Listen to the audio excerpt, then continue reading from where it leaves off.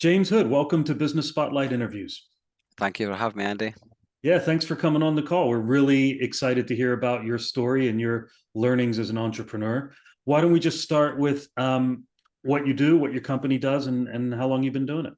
Yeah, I'm James Hood. Our company is Esports Scotland. We're primarily an esports events company. We started as a community Facebook group back in 2017.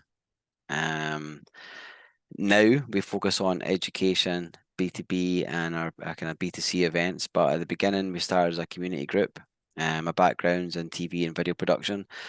At the very beginning, I went around the country and found lots of people that were doing esports and gaming communities, and found out like everybody was doing it for the passion and the love, and nobody really knew who was doing what, Andy. Nobody knew, like, even within a 10, 15 mile radius, somebody else had a club they were starting or doing tournaments. So I thought, why don't we create like a Facebook page, and we can share what everybody's doing around the country and then try and grow the industry and the scene that way. So I met a good few people that are actually still with me today on that journey at that point. And before we knew it, we had season one of the Scottish Esports League.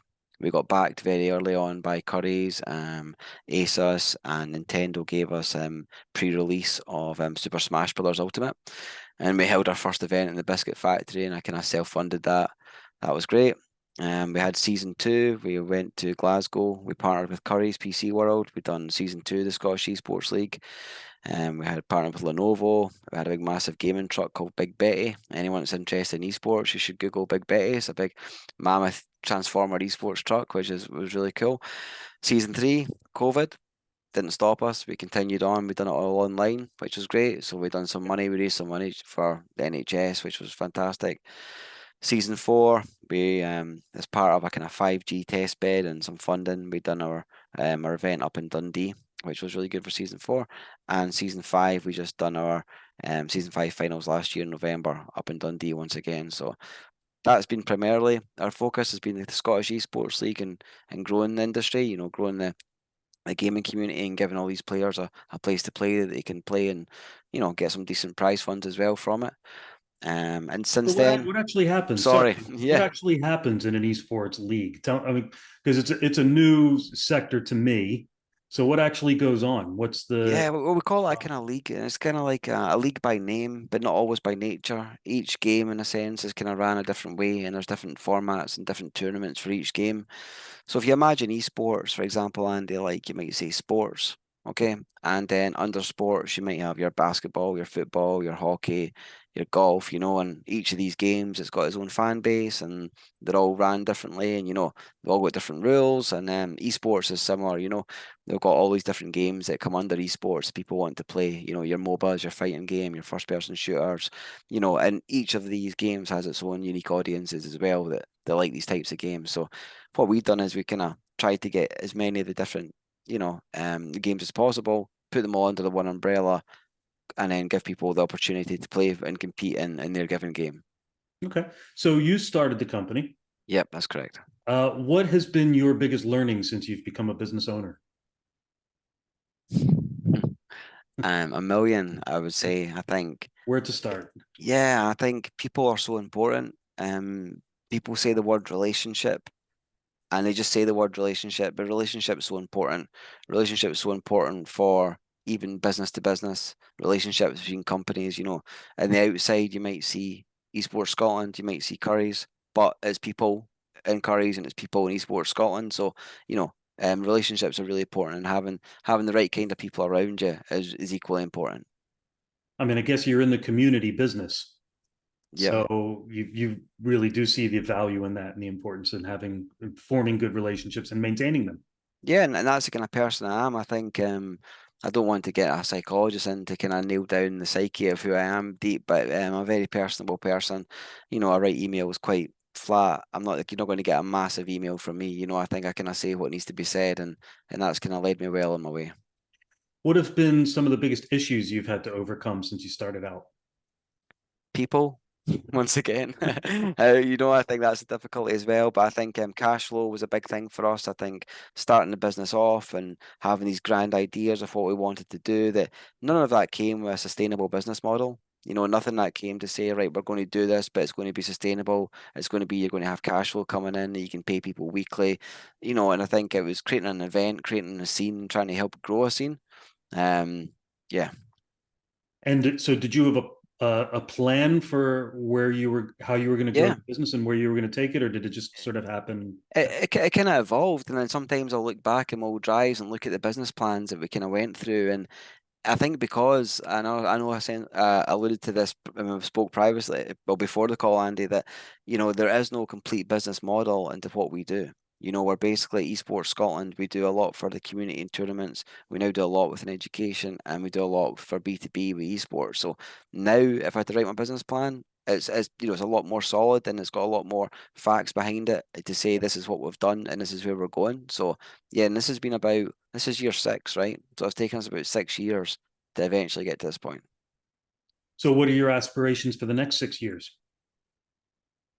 for the I would company? love, yeah, I would love to think about how the company would start to maybe separate, and instead of everything being under the one Esports Scotland banner, there could be a, you know, like an esports events company that would be able to go and, you know, run all these great IPs that we have, whether it be Scottish Esports League, Community Cups, Battlegrounds, right? They could run those as standalone IPs. I'd love to keep focusing on the education, which has actually been something that's been quite close to my heart. And we've managed to get some partnership with Xbox recently, and we've managed to get a lot of Xboxes out into schools to help with their NPA and esports. And just knowing you're doing something to actually help at that level with kids has been something that's been a, you know, you get a lot of wins, but there's some things that really make you happy that you've done. So the education side for us is something I'd love to keep continuing on. And yeah, once again, just pushing on with the kind of the Scottish Esports League and growing that to being a, you know, and we are kind of leading in what we're doing up here in Scotland, to be honest with you, in the UK. So I'd like to continue that.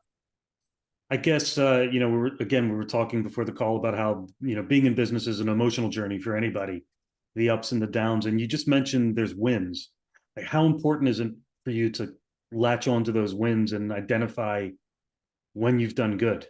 Always. And you know what? I'm so self-critical and I take ownership of everything. I think if something's went wrong, I think accountability is really key. And I think you've got to look back to, rather than blame somebody for what they've done, you could probably go back a couple of steps and think, well, maybe that was because I never set that up properly, right? I think, you know, you can be quite, you know, I used to be anyway, quite judgmental, being like, what did you do that for? But, you know, I think as I get older and I start to look in, you take a lot more on your chest. It's down to yourself at the end of the day. So you're clearly very passionate about what you do in your Yeah. business and very committed. Um, how do you balance your personal life, demands of running this business? And this is one that people they're always keen to hear what other people are doing. If I Sometimes when I tell people what we've got going on, they think, wow. And then I tell them I'm married.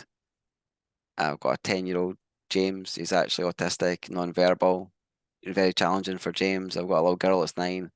I've got a little boy who's 2, Jackson, and I've got a dog and a cat. And people think, wow, I mean that's enough. But I think the balancing act is very tricky. And I think when things start to get busy, switching off is really tricky.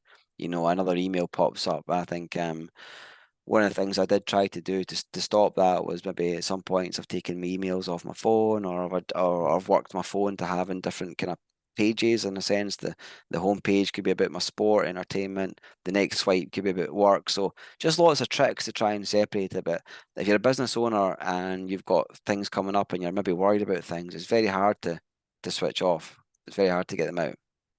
Yeah, so you just have to do your best to be fully at home when you're at home and fully at work when you're at Yeah, work. and it's the switching off part, Andy. You know, I think, like I say, you get up, kids at school, you work, tea time, and then just even that kind of tea time, we call it tea time in Scotland, you know, about 5 o'clock. Some people have a dinner about 8. We have our dinner or tea, as you call it, about 5 o'clock. And maybe those next couple hours are quite, as I try to calm down from it and then to switch off. And I'm a gamer at heart. My wife and I, she gamers. So once we get the kids in bed, we game together. We've got a kind of gaming set up. So that's how we kind of, I really switch off.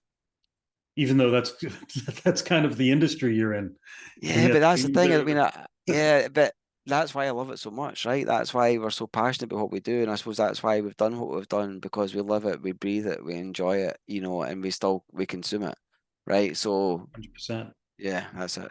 go into a business that you love what they do, right? You didn't have to find the passion for your No, business. It was there. it's evolved and it's just got stronger. And the more you get more traction and the more things start to materialize. And for me, it's always it must be like having a gaming mindset, the going for your targets, like planning, getting it together and getting executed, you're like, done, excellent. Then you're like, what's next? Right. So for me, I don't spend a lot of time in marveling at what we've kind of done, and I probably should, but I'm always now thinking about what the next thing is because I want to keep the business going, I want to keep it growing, I want to try and generate that cash flow to keep people paid, to keep people involved. So you're always having to think ahead and not scare your team too much when you're trying to think maybe next year, the year after, and then you're talking to some guys and they're like, whoa, we've got one thing to do today, but then you're always trying to think ahead as well because you have to. What would you say to anyone thinking of going into business? Make sure you're not doing it for just the cash. That sounds really bad, but make sure that you're doing something because you love it and you like it.